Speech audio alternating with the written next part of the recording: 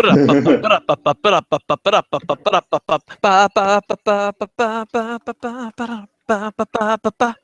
the lip. Yes, yes, yes, yes, yes, yes, yes, yes. Welcome. It's Hip and the Lip. I am the Hip. This is the Lip. Good evening, everybody. Hip and Lip Nation. Hello. Hello. It is a March Madness Selection Sunday evening, March 13th. As we recap another fun-filled week of Islanders entertainment hockey. I like you phrasing it that way. Entertainment indeed. Yes. Well, in fact, madness the Islanders are causing their fans most recently. I feel like it's a coming back to earth the last few games as we'll get into them. Not only picking up a point in the last two games combined, where, coming into that stretch, they were just winning games left and right, no matter how pretty or ugly. And, I think it's fair to say coming back to earth. We'll do a divisional / wild card standings update. Then we will get into some of the games, some very significant injuries affecting the Islanders, and some injuries on other teams that we'll mention that are in this real intense march of hockey for the Islanders, with just so many games being recently played with their 7-game road trip, and then they just had 2 more games on the road, and 3 more coming up this week on the road. There's a couple of home games mixed in there, but it's just a lot of hockey for this team. And in fact, we'll get into how they have a lot of games in hand. So, yeah, talking about March Madness. I think it's 17 games in the month of March. That's nuts. That is madness. And so, Metropolitan Division standings update. The Capitals now have passed the century mark in points at 103 with 68 games. They're 49-14-5. Second place, the New York Rangers, and this includes today. They lost to the Penguins. They did. 69 games, 85 points. The Islanders, 66 games, 82 points. So the Islanders only 3 points behind the Rangers and 3 games in hand. And the Pittsburgh Penguins, 80 points. So only 2 points behind the Islanders with 68 games played. So the Islanders have 2 games in hand on Pittsburgh. Philadelphia, still hanging around, 76 points. So that's only 4 points behind Pittsburgh with 67 games played. That's 1 fewer than Pittsburgh, 1 more than the Islanders. Carolina, 74 points with 69 games played. The Devils, 73 points, 69 games. And Columbus all the way down with 64. That's your whole Metropolitan Division standings update. Whew. And that exhale is kind of reflective of this. We're going to say it again and again. This month of March for hockey, especially for the Islanders, with 3 or 4 games every week down this home stretch, and every game is going to feel like a playoff game. And their schedule is no walkover either. It has not been, and it will not be. So a lot of fun for us and a lot of ups and downs. And so recapping the last 3 games, overall, their first game back from their 7-game road trip was against Pittsburgh on March 8th. That was Tuesday night, where they had a nice 2-1 win, and John Tavares got the scoring started in the first goal with a power play. And, you had to think that the team had a different energy level coming into this, being their first home game in weeks. And, with their home crowd behind them, and they got the scoring started and, ended up winning this game in a maybe not the prettiest game, as we often say about this team. And another highlight is that we were in attendance for this game. So yes, that we was were.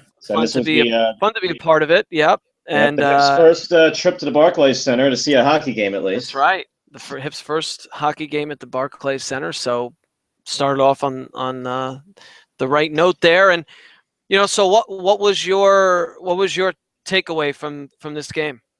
Well, just the entire experience, being that we were in attendance, or just for the Islanders in general, what took place on the ice. Because I'd say the experience as a whole, and I've been to a couple games at the Barclays now, and it's no Coliseum, and I grew up going to the Coliseum, and I do miss the Coliseum dearly. But I thought the crowd was definitely into it. I thought it was a good, energetic crowd. Pittsburgh, one of their rivals. As you pointed out, one of their first game, their first game with the Barclays in a few weeks there, having just finished their 7-game road trip. And I thought they came out pretty good. I thought it was a good, for the most part, a good first period. Pittsburgh picked up their play. Of course, the Islanders would get that first goal, as you mentioned, Tavares on the power play, a little bit of deflection. And the Islanders were off and running early. Pittsburgh would tie the game on a 4-on-4, I believe. It was a really nice pass from Crosby to Letang. Letang was cutting down the right side and took a really nice feed from Crosby and roofed it past Yaroslav Halak over his gloved hand for a tie game there, 1-1. And then we got to wait online for about a year and a day to get our dinner and beers after that first period. Yeah.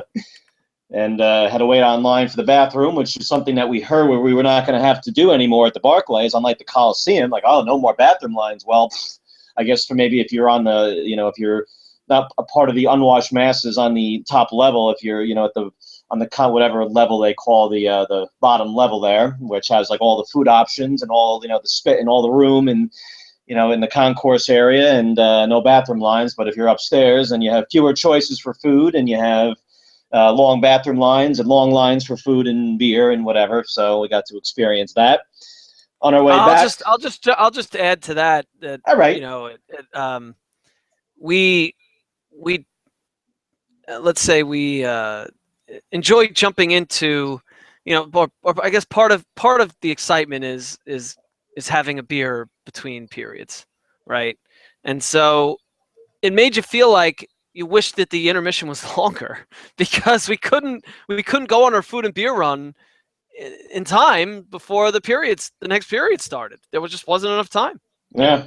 By the time we did the bathroom and the food and beer, by the time we got back up to our seats, period had already started. So unfortunately, that element has not been eliminated for those that were unable to do the same at the Coliseum. Although I will say, it depended where you were in the and obviously I've been at the Coliseum on nights where there was enough people that we could all fit in one car going home. But but when the game was sold out, it was a lot tougher to maneuver to get food or go to the bathroom and get back to your seats before the beginning of the period. But I think it was actually easier at the Coliseum, my honest opinion. Maybe again different on the bottom level, but yeah, we do get back to our seats to catch that second period, and I would say pretty uneventful. Both there was some back and forth in the period. I thought the Penguins got the better of the play for the most part. And then as we get to the third period and we get to the game-winning goal that would eventually be scored on the power play by Anders Lee. But I thought the Islanders for the most part were, gave a really a good concerted effort, considering that it was, again, as we mentioned, their first game since. Coming home since they ended their road trip, and sometimes teams will come out flat. And I thought for the most part the Islanders definitely showed some energy and engaged physically with the Penguins, and we got to see a little tussle between Malkin and Hamonic, which was takes us back to the 2013 playoffs when they were in each other's grills. It seemed like for the entire for that entire series, and Hamonic, while he was willing participant in that little scuffle. At least in terms of dropping his gloves, Malkin decided to keep his gloves on, and they got coincidental roughing minors instead of 5-minute fighting majors. But I thought Hamonic played a tremendous game. I thought he was one of their best defensemen, one of their best players overall. And we get to the third period. Mr. Hip? Well, if I'm not mistaken, didn't Hamonic make the save of the game at the very end? Yeah, he did. Yeah, so as in the dying seconds of the game, Hamonic was able to stick his leg out as Pittsburgh was pressuring to try and tie it, and was able to get across. I forget who took the shot, but was able to get his leg out there, and with a half-empty net there. So Yep. yeah, I thought it was one of his best games of the year. I thought he played a tremendous game, Travis Hamonic, and really seems to get under the skin of Evgeny Malkin, one of the great players in the game, and we will get into him a little bit later on, as you pointed out, in terms of injuries for other teams. But the game-winning goal was awesome. It was Anders Lee, just an old-fashioned battle in front of the net. Lee and Letang battling as the Islanders were on a power play. Shot from the point by, I think it was Leddy, and deflected home by Anders Lee, who got the game winner.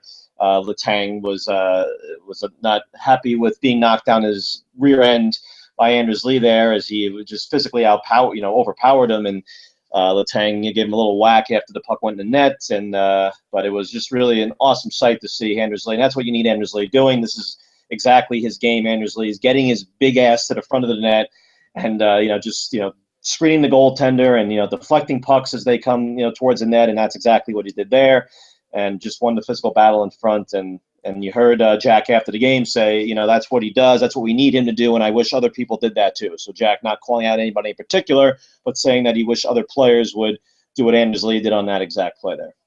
It was the NBC Sports got their money's worth out of this one. They picked up this game, and it was nationally televised, and it was intense from start to finish. There's no question. Yeah, no question.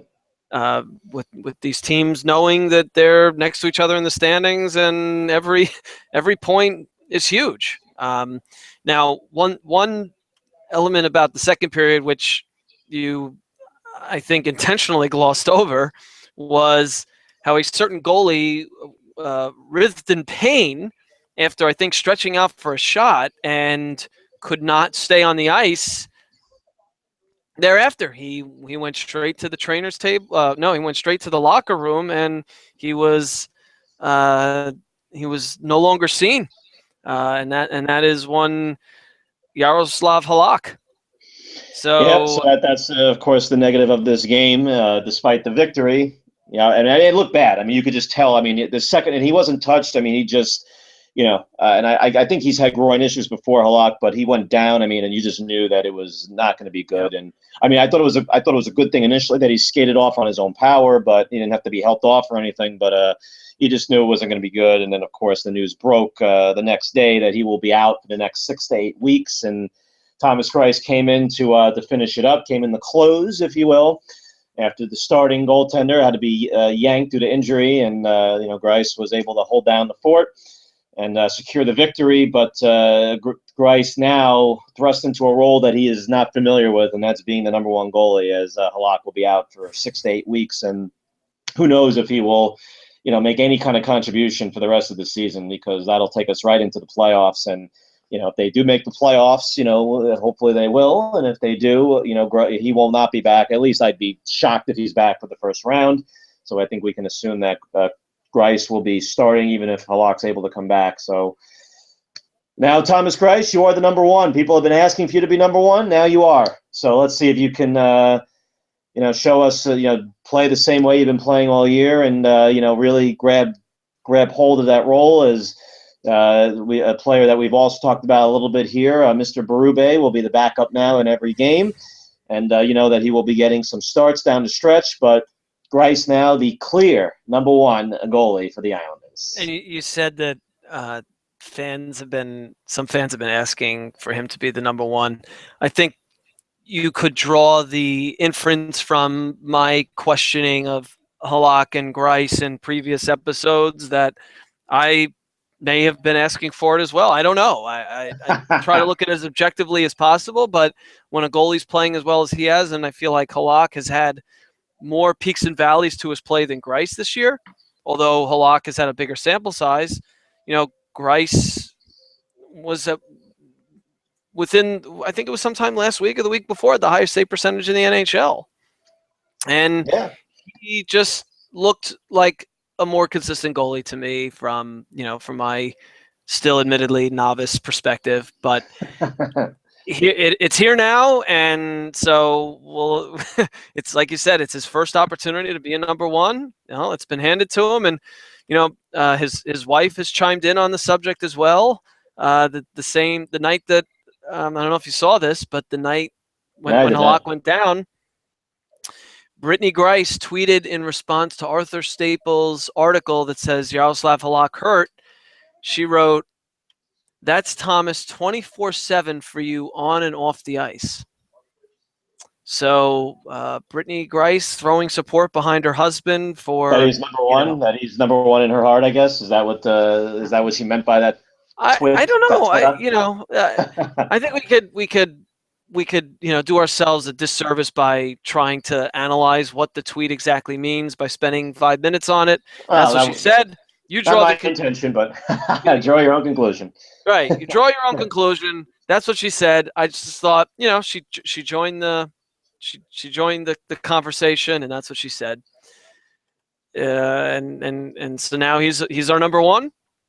Some people were for it. Some people were not necessarily. Well, now they have to be. Now the Islanders have to, and the fans have to throw their support behind him, and we'll see how it plays out. So he had his first opportunity as the team's number one goalie, if you will, against the Toronto Maple Leafs the next night. So the Islanders had to fly to Toronto after their intense emotional win over Pittsburgh, and fell short in this one in overtime on a 4-3 shootout loss.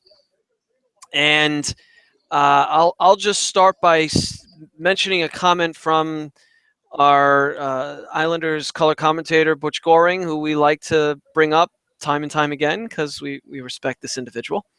And he said about halfway into the game, he just said, look, the Islanders are just not playing with the same energy as they have in the previous few games, that it's understandable because of those opponents. Even as a professional, you can't just bring that same high-level energy in every game. And you look at, Toronto has the fewest points in the NHL, 55 points. So, here they are, after a gritty win against Pittsburgh, now in Toronto, and they just didn't have the same energy level, and they ended up losing. They got a point, but they still lost. Yeah, they did. And I can excuse them for this game. I think a lot of people coming into this game were almost resigned to the fact that, not that it would be a loss, but, back-to-back, apparently, and Howie mentioned this during the broadcast, they didn't get in until late. I think by the time I got to Toronto and got to sleep, it was like 3 o'clock in the morning. So, very quick turnaround, flying to Toronto, playing the next night after playing a couple emotional games against the Rangers and Pittsburgh the night before. And which they both won. Which they both won. Yeah, which were bigger games, of course, for the standings. And, it was clear that they just didn't have something else that Butchie says, their sea legs under them in the early going of this game. And like I said, something that you can excuse and something I won't get on them for now, their performance in Boston, which we will, of course, get to. I will not be as forgiving for that one, but we'll get to that in just a few minutes here. But Thomas Greiss, as you mentioned, his first game as the proverbial number one goalie. I thought he played okay. It wasn't a standout performance by him, but played well enough. And they, of course, had the lead late in the game after a goal by Ryan Strome. And Toronto would tie the game on a power play. Strome take up the way as he would score the go-ahead goal there in the third period. And then Toronto would tie the game on a power play in which Strome took a hooking penalty in his own zone, bad penalty, and they would tie the game. But then, of course, they would win in the shootout. But, overall, Toronto definitely had more jump than the Islanders did. Toronto, it's just a bunch of kids right now that are, out there playing loosey-goosey, a term that I've heard used multiple times before by somebody that I used to listen to a lot on the radio, so I'll throw that out there. Very loosey-goosey young kids that are just trying to make an impression on Mike Babcock and Lou Lamoriello and Brendan Shanahan and company up there in Toronto. I thought that, that they hung in there, the Islanders, and they were and it looked like they may hold on for victory there, but not so much, and then would lose in the skills competition, as Howie likes to say. I'm gonna turn the tables on you for about 30 seconds here, and try to describe two nice plays from Ryan Pulock that I observed from watching this game. It was late in the third period when it was still tied, and I noticed he in the offensive zone, he was battling for the puck along the boards, and he made a nice centering pass from the point, and it didn't end up. I don't even know if the recipient of the pass got off a good shot, but I just liked the effort and the opportunity he was trying to create. And then literally about 15 seconds later, the Toronto, I think Toronto was on there was a turnover. Toronto got possession of the puck, and it was it was one offensive player on Toronto, and Pulock going towards Yeah, the depending. Well, net. I yeah, don't know if you remember this or not, yeah. but I actually went back to take a once you noted that this was something that that you observed. I wanted to go back and take a look, and I do know the sequence that you're referring to. and so this guy, I don't know what his name is, but he was really trying to get around him. The Toronto player was trying to get around Pulock to get a shot on net, and Pulock was like just like stride for stride with this guy, and he actually the offensive player on Toronto just stopped and waited for other players to come in so he could create a play. He didn't even get he had nowhere to go with the puck towards the net, and I just thought that happening in a very short period of time in the ice, how he was in the offensive mindset and then got right back on defense and made a play there too, was impressive. Yeah, and Pulak. Well, you're right. And Pulak has shown that he belongs here. I mean, he has really demonstrated a lot. He's skating really well, and like you said, he made a nice play there. He led the rush there. I mean, you always like to see defensemen leading rush. I mean, we've seen Nick Leddy do it. You saw him do it in this game, actually. I'll point that out. Nick Leddy had a really nice rush. I mean, end to end. Started in his own zone, brought it up, and scored the tying goal to make it 2-2. But Pulak on that in that sequence, yeah, I mean, he led the rush. Was able to create space for himself, got the puck, right in prime scoring position in front of the net. I think that I forget what Islander player was driving the net to try and get a stick on it. I think it might have just been pushed wide.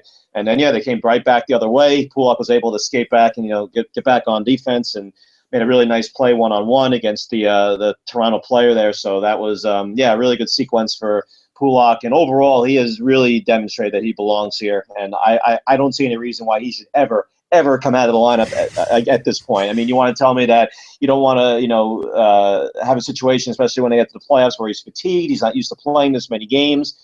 I mean, I can understand the argument, but I mean, he is entrenched right now in this lineup. There is no reason why he should come out of this lineup, really, other than, under the guise that we have to give him a little bit of a break and, make sure that he doesn't get fatigued as we head towards the end of the season. But yeah, I mean, you want to see more. You want to see more of him shooting the puck. Want to see them try and maybe set up plays for him where they can get the puck back to the point and let him unleash that rocket of a shot that he has. But he's been strong along the boards. He's strong in front of his net. He is really demonstrated he is going to be a hell of a defenseman for a long time in this league. I think we'll have to go to Twitter to see your immediate tweet reactions if it's announced that Pulak is a healthy scratch and Brian Straight's in the lineup. Well, I mean, we know Dahan. We're going to get to this, of course, in a little bit. Dahan, it looks like, will be coming back. So I don't think they're going to be taking Pulak out of the lineup when Dahan comes back. I mean, I think you will most likely see, Hickey just slot it back down to the third pairing role with Pulak, and Dahan take his spot next to Travis Hamonic there. But if he does, then yes, I will have some reactions if that does happen. But I don't think they would ever at this point do that, because considering take it to the Twitter. We're trying to get you to tweet. Yes, you will take it to the Twitter. I will take it to the Twitter, and I will send out lots of Twitters if in response to that. But Brian Strait has been bad too. So it's reverted back, it's regressed back to his typical Brian Strait. Terrible decisions with the puck, terrible giveaways. He stinks. I mean, there's no other way to analyze or assess or comment on his play other than he stinks. And it's time that he goes back to the bench as soon as Calvin Dahan is ready to take his spot. And so surprise, the Islanders come up short in a Saturday afternoon game on the road at Boston. This one a 3-1 loss. I just for perspective though on how this team, how well, I shouldn't say how well this team is playing, but maybe better put. how well their performance in the win-loss columns are and overtime loss columns. So they lost to Boston 3-1 on Saturday yesterday. It was only the Islanders' second regulation loss in their last 10 games. They were 7-2-1. Just to show you, how many games they're actually winning. Whether you think they play well or not, they're getting a lot of W's. And this one, they just, they They were terrible. just weren't there. Oh, they were awful. Oh, they were. This was another terrible game, and this was just their effort in this one was inexcusable. Absolutely, and I don't understand this that they're just not ready to play in the afternoon. I don't care where the Earth is in its rotation. I mean, but they have to be ready to play whatever the hell time. It's not like this came as a surprise to them that they were playing at 1 o'clock, and they had a couple of days off there. I mean, I know they played a lot, but they had 2 days off. Yeah. And there's just no excuse for the way they came out. They were awful in the first period, outshot 14-5, a zillion turnovers. I mean, everybody from top to bottom was bad in that first. I mean, the whole game, but especially in that first period, they would eventually, start skating a little bit better as the game went along. But I mean, they were just bad throughout, really from start to finish. That second goal that Boston scored at the end of the second period after the Islanders would tie the game. On a John Tavares goal, his 200th goal. So congratulations to Mr. John Tavares for scoring 200 goals in the NHL. That was a nice goal, that sequence. I'll just give Matt Martin credit, who's been playing really well. I want to get that out there. That fourth line continues to still be their most consistent line. But Matt Martin started the sequence by creating a turnover in the offensive zone as he was getting off the ice, and then the JT line came on, and they were able to cycle a little bit, and eventually Kyle Oposo, who was put back on the John Tavares line, was able to get the puck right out in front. Tavares backhanded it past Tuukka Rask there to tie the game. And then the backbreaker goal was the second goal by Boston, the game-winning goal to just as the second period was ending, another late period goal given up by the Islanders as Johnny Boychuk tried to clear, was not able to, tried to ring around the boards. It was gloved down. David Krejci then put on a little skating display as all the Islanders decided just to watch him instead of actually trying to defend against him. And he was able to find a wide open David Pastrnak, and the young phenom for Boston, and he was able to score his first of 2 goals as Frans Nielsen decided to vacate, his man there, which was Pastrnak. And what he was doing there, Frans, I have no idea. Islander Mania doesn't like anybody criticizing Super Frans, as he's known as in those parts, but terrible job there by Frans Nielsen, leaving his man there all alone in front of the net, and that's directly resulted in the goal. 2-1, game over. Islanders, didn't really show much in the third period, and now that's their second consecutive loss. I know it was a regulation loss as opposed to an overtime loss, but still their second consecutive loss, and really a bad game from start to finish, and really inexcusable, the effort. How do you explain this? And maybe you can't, but we'll try. So All right. We watched last Sunday, a week ago today, was the Islanders scoring 3 goals in the first 5 minutes against the Rangers at Madison Square Garden. Yes. Yep. So they obviously came out blazing in that game, and that was a Sunday 5 p.m. game. That was their 7th game of a road trip. I mean, it was in New York, but still, I mean, they've been on the road all this time, and you're watching the first 10 minutes of that game, and you're like, and they wow. were flying. They were flying all over the place. I mean, that score was indicative of their play. How do you explain a team flying like that? And then, here's another away game. They had a couple days off, and it's against a quality team. Boston is now atop the Atlantic Division. 2 teams are a point behind them, but still, they're in first place. And just how do you explain the difference in the quality of the play from the Islanders, against these 2 formidable opponents 1 week apart? Just coming out. Let's just talk about the first period. Why does this happen? I mean, I think it's coaching more than anything else. I think this is where you laid it at the feet of Jack Capuano. I mean, obviously, you can always say the players, and at the end of the day, I mean, they can be, they're given the game plan, and they're, given all the coaching that that a coach can possibly provide. But at the end of the day, it's on the players. But I think whenever a team comes out like that, you have to look at the coaching staff and say, how is this team not prepared to play this game? Because Boston jumped all over them. It's like the Islanders didn't know what they were going to be doing, like they weren't prepped for this team, or I honestly don't know how you can come out that like that. And I mean, like I said, I've been very critical of Jack Capuano. I don't think he's an NHL coach. I think he should have been fired. We can however many times you want to say, but he should not be the coach of this team right now. But this is an example of where I lay it at his feet, because they were clearly not ready to play this game. And it's inexcusable. I mean, especially going down the stretch, especially at this time of year, you're not like into the doldrums of December or January, where you get to the halfway point and, you still have a lot of games to go. I mean, you're coming down the home stretch, you're fighting for a playoff spot. I don't want to hear that, hey, it's a long season and it happens, because we've seen it happen too many times now. And even in games that they won, that you heard me criticize their play in games that they won on that road trip. But I honestly don't know. I don't know how you can come out like that. And I mean, they really were that bad. And you don't have the luxury of being in on the team meetings, preparing for these games.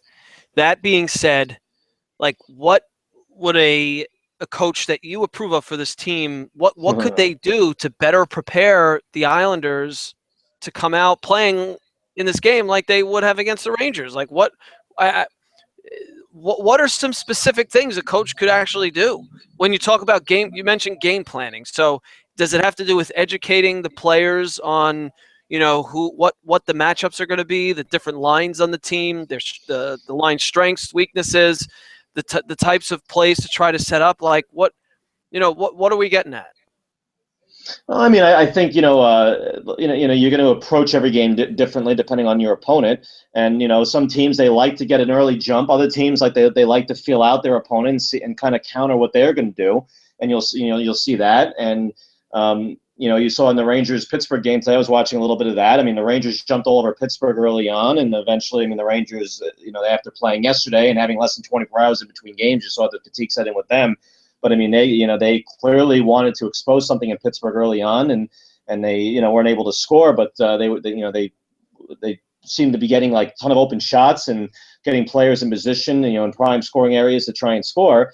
And the Islanders in this game, I mean, it's like they had it's like their heads were just completely like up their asses. I mean, I don't know what else to say. And again, the coach will instruct the team how he wants them to come out, and again, sometimes the team will kind of feel out the other team, and the other team will do the same, and then the pace will start to pick up, and you'll see other instances where a team will jump on another team early because they want to try to expose something that they may have noticed in watching game film, or they feel like there's a matchup that they want to expose, if they like one particular line, but you don't get the last change on the road, and Jack Capuano doesn't believe in matchups or matching up lines anyway, so it's 1, 2, 3, 4 with him.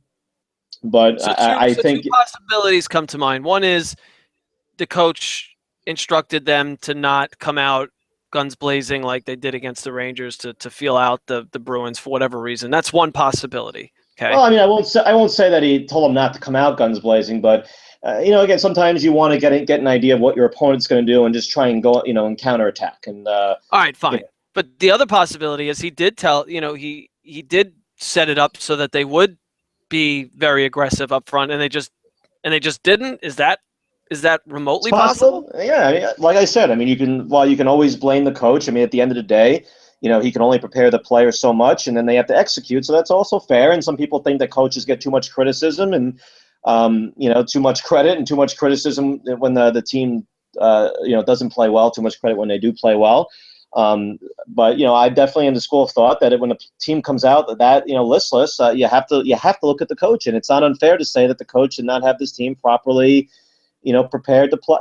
And the coach a lot of times will take that upon themselves. But I don't know what else you can. I don't know how else you can excuse away. I mean, they're just awful start to the period and to the game, and I mean, they eventually they did pick it up, but it was just clearly, again, too little too late. And in third period, I mean, they were clearly demoralized after that second goal by Boston to give them the lead, very late in the second period. And, the third period, Boston really just had to defend. And, they got the third goal, with a couple minutes left in the third period, however much time was left, 3 or 4 minutes, whatever it was left in the third period. And you could, at that point, the Islanders were clearly done.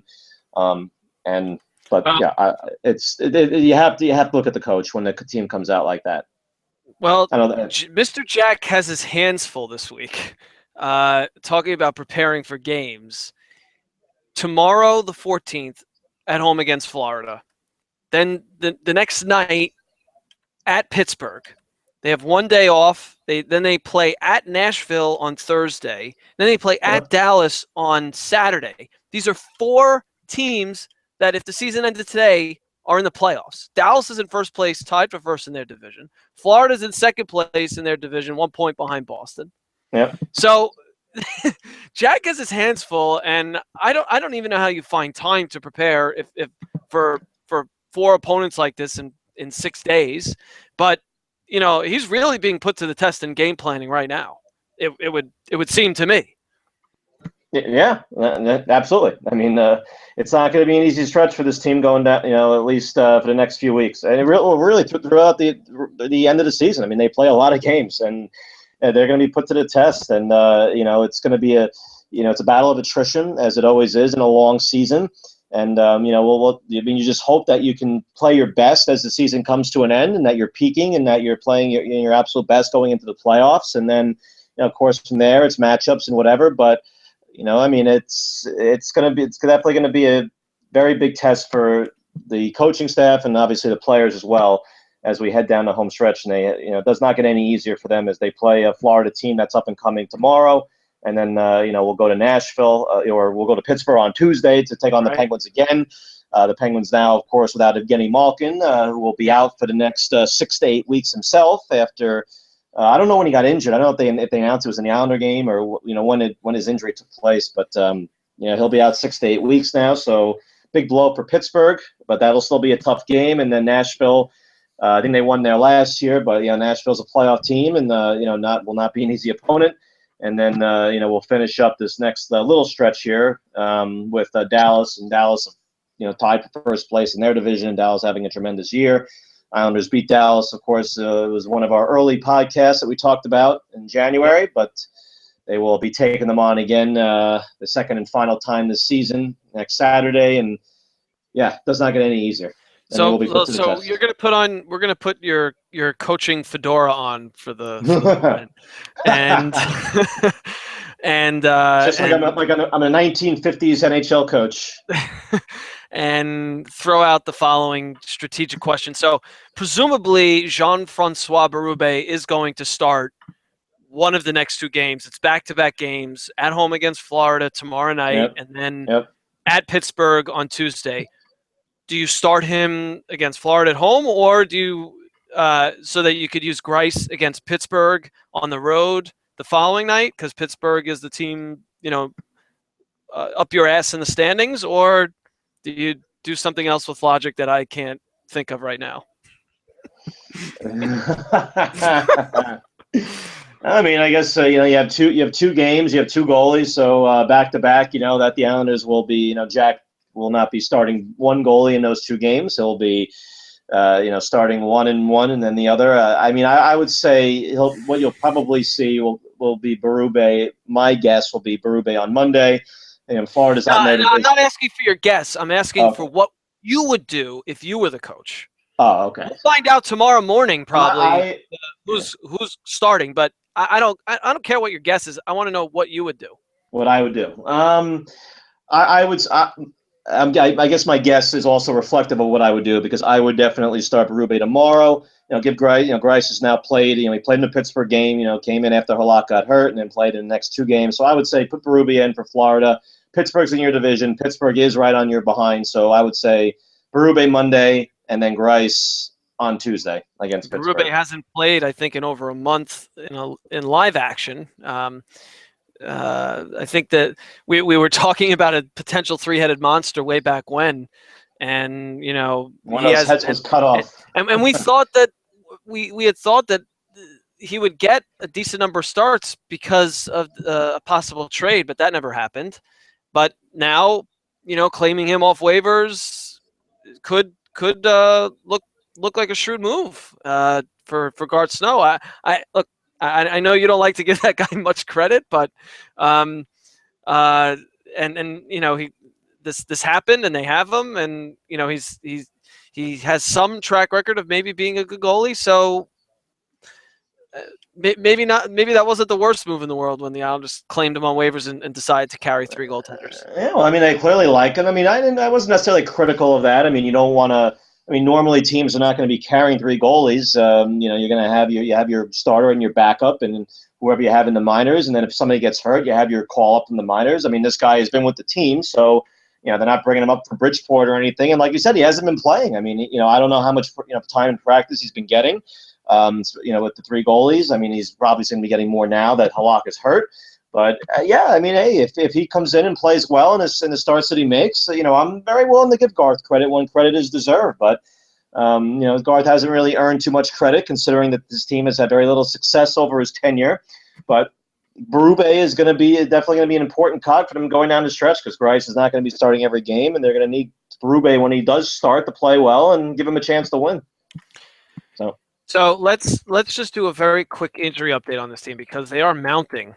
And I think, we got some updates earlier today on some players who are on the mend and when they're coming back. And, let's just quickly run through it here. So Calvin DeHaan, one of the more formidable defensemen, is expected to return either tomorrow, Monday, or Tuesday of this week. So we'll see if that happens. And, Brian Straight presumably will ride the pine with as the lip will be emphatically upset if that isn't the case, and we'll look forward to that reaction. Part of me hopes that why it will be though, because of the righty-lefty thing. Because Brian Straight's left-handed defenseman, as is Calvin DeHaan. So if they sit Pulak, now you have two lefties, with Straight and Hickey will be your bottom pairing, and they don't like that. So it's an easy sell.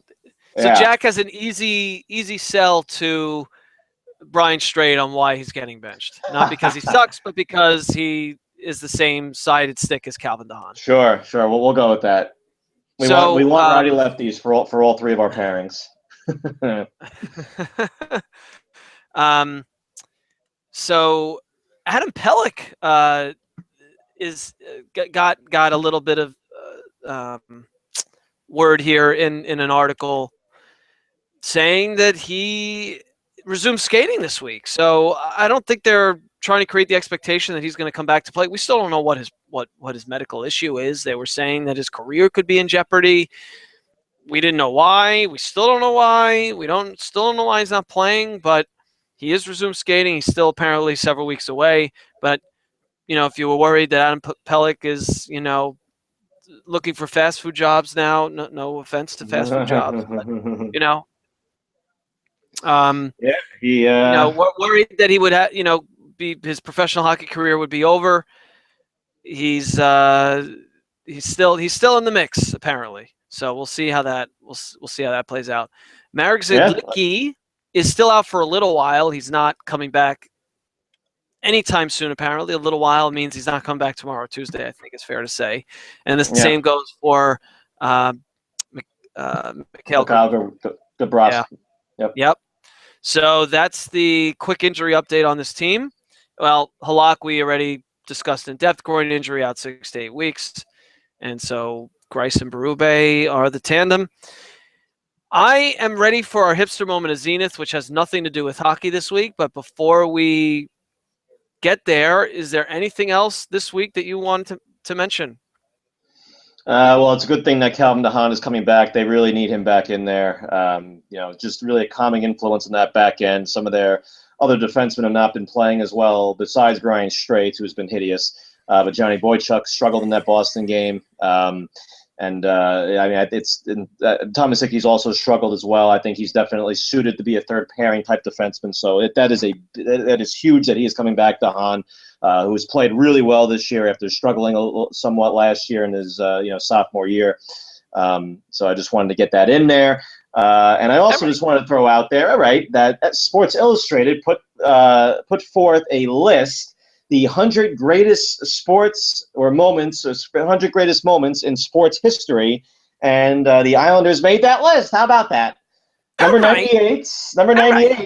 All right. Number 98 was Bobby Nystrom scoring that overtime goal in Game 6 against the Philadelphia Flyers in 1980, which started their dynasty, of course, the first of 4 Stanley Cups, and a overtime goal to win a cup. So it's always a pretty big moment. So comes in at number 98 out of 100. So You know what?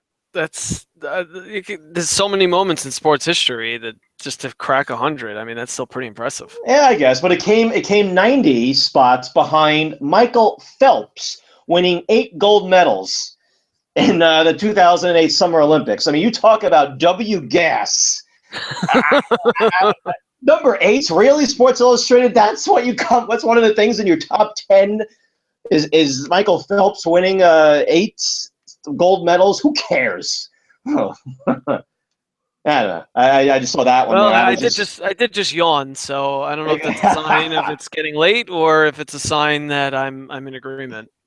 We'll leave it But number 98, though, on the list, Bobby Nystrom, the first of 4 Stanley Cups for the New York Islanders, and we are now going on 33 years without a Stanley Cup and 23 years without a playoff series victory. And Larry Brooksall made sure to point that out again in his column today, in his NHL column that he does every Sunday for the Post. Made sure to get a little blurb in there about that. Talked about Cal Clutterbuck coming over for Nito Niederreiter, which that trade has worked out very well for the Islanders, which I would agree. As badly as they handled that situation back in 2003, whatever it was, when they traded for Clutterbuck, Clutter Duck Butter, I should say. And but it made mention as well that Garth, even though he's made some shrewd and savvy moves, sometimes you need to take a risk and make a big move to try and put the team over the top, and he has failed to do that. And he didn't use that word fail, but I'll use it. He failed to do that again this past trade deadline and this past off season. So if they don't advance, I think Garth should be shown the door. But I just wanted to. And I'll just throw in there, in fairness, we just went however long, 50 minutes talking about the Islanders playing the last 3 games, and one player we didn't mention at all was Shane Prince. I mean, he's playing, and for a forward, for defensemen, they sometimes say, right, if you don't hear the player's name mentioned, that could be a good thing because he's not screwing up. Not for a forward, right? For a defenseman, not for a forward. Exactly, right. Not for a forward who Shane Prince is, and the fact that we haven't mentioned him. I mean, he had that one goal against, I think it was Winnipeg. Yeah. That goal to take the lead. Yep. Yeah. So that was a level. That was nice excitement, but no mention of him this week because there was, I guess, nothing notable to say. Really, he's playing on a line with Anders Lee and Nikolai Kulemin. With Kulemin playing center, even though he's not a center. So I don't understand why he has those 3 guys together. I mean, Grabovski, when he comes back, we'll see a change. I don't know what it's going to be, and who knows when he'll come back. But they have to change up that trio. That's not a good pairing. Good line combination. They need to do something different there. So maybe they're just still trying to figure out how to best utilize him. Yeah, I guess. And Prince has been okay. I mean, he hasn't played badly, but he hasn't really shown that that he is going to be. He skates well. We acknowledge that he skates well, but he hasn't been bad. He hasn't been bad. No, he hasn't been bad. I mean, he's definitely demonstrated that he has skill and that he has ability, but jury's still out, and we'll see what kind of impact he makes on the team going forward. All right, HMOZ. All right, so, yeah, so we're getting a double shot of the hipster moment of Zenith of week. So there were 2 hipster moments of Zenith. Nothing to do with hockey this week, though. Because we did acknowledge that I went to my first game at Barclays, but that wasn't that's something that a casual fan should actually enjoy. So the point of hipster moment of Zenith is to identify things that your average fan would not pick up on necessarily. So the first is yesterday I had my fantasy baseball league auction. So I do participate in fantasy sports, and this is something that I think we'll get into perhaps in the off season. We'll talk. I think there'll be a lot of time to get into fantasy sports. Well, not till July though, because the Islanders are when they win the cup. We're going to be talking about them solely until they win the cup, right? And then exactly. So there will be some time until then. In any event, we had a fantasy baseball auction, and I'm New York based, and the league I'm in, a lot of New York Mets fans, and of course the Mets were in the World Series last year. There are a few Yankee fans, but all New York, New Jersey guys, and a lot of players taken in this draft. it's two utility spots, and anybody that does fantasy baseball would understand. 2 utility, 6 bench players. There's a lot of players in every batter position. But so it took over 4 hours, but it was 4 hours of intense fun. And the moment that it ended, and the last player was taken, everybody did a hurrah because it finally concluded. And what I exclaimed to the crowd was, and congratulations to David Wright for not being selected in this fantasy baseball draft. So he is a free agent. How the mighty have fallen. Oh my God. David Wright, spinal stenosis last year, missing so much time, coming back, having a couple of big home runs. But I guess Mets fans just, my fantasy league mates just do not expect much from him this year at all. We're not sentimental at all either. No, not at all. So David Wright just kind of like out of the spotlight, at least as far as expectations go. So, but it'll be interesting to see how he plays out. Maybe he's very low expectations, I think is what it means. Hey, hipster doctrine, low expectations. So the other quick hipster moment of Zenith, I mentioned March Madness at the outset here, so we're going to come full circle and go back to Selection Sunday, which was a few hours ago. And when they started this play-in game, was it 5-10 years ago, where you have your field of 64, but then they expanded it to 68, I believe, where they had 4 play-in games. So there's 4 teams vying to get in the field of 64 teams in the NCAA tournament, right? Indeed. Just to get some more, revenue for the NCAA and their TV partners and their games. And it's like, who cares? It's 2 teams you never heard of, or not you never heard of, but they're like, there's no way that they're going to go anywhere. So why are you really even watching? Whatever. Well, my alma mater is in a play-in game this year. So they were a bubble team, the University of Michigan Wolverines. They had a nice upset win over Indiana in the Big Ten tournament on Friday. It was an exciting buzzer beater. That being said, any objective Michigan Wolverines basketball fan who's watched the games knows that this is not really a championship caliber team. They have some players who could shoot. They have a big guy who, let's face it, he's white and he can only do so well, against some of the more formidable big men in the Big Ten. But he holds his own. He's pretty good for his body type and his athleticism.